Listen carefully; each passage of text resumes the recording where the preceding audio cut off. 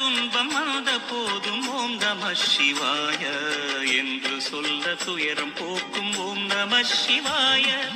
எந்த துன்பம் வந்த போதும் ஓம் நம சிவாய என்று சொல்ல துயரம் போக்கும் ஓம் நம சிவாய.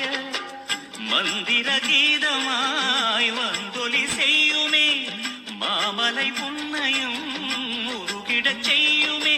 பஞ்சபூதம் எந்த நாளும் பேசுமே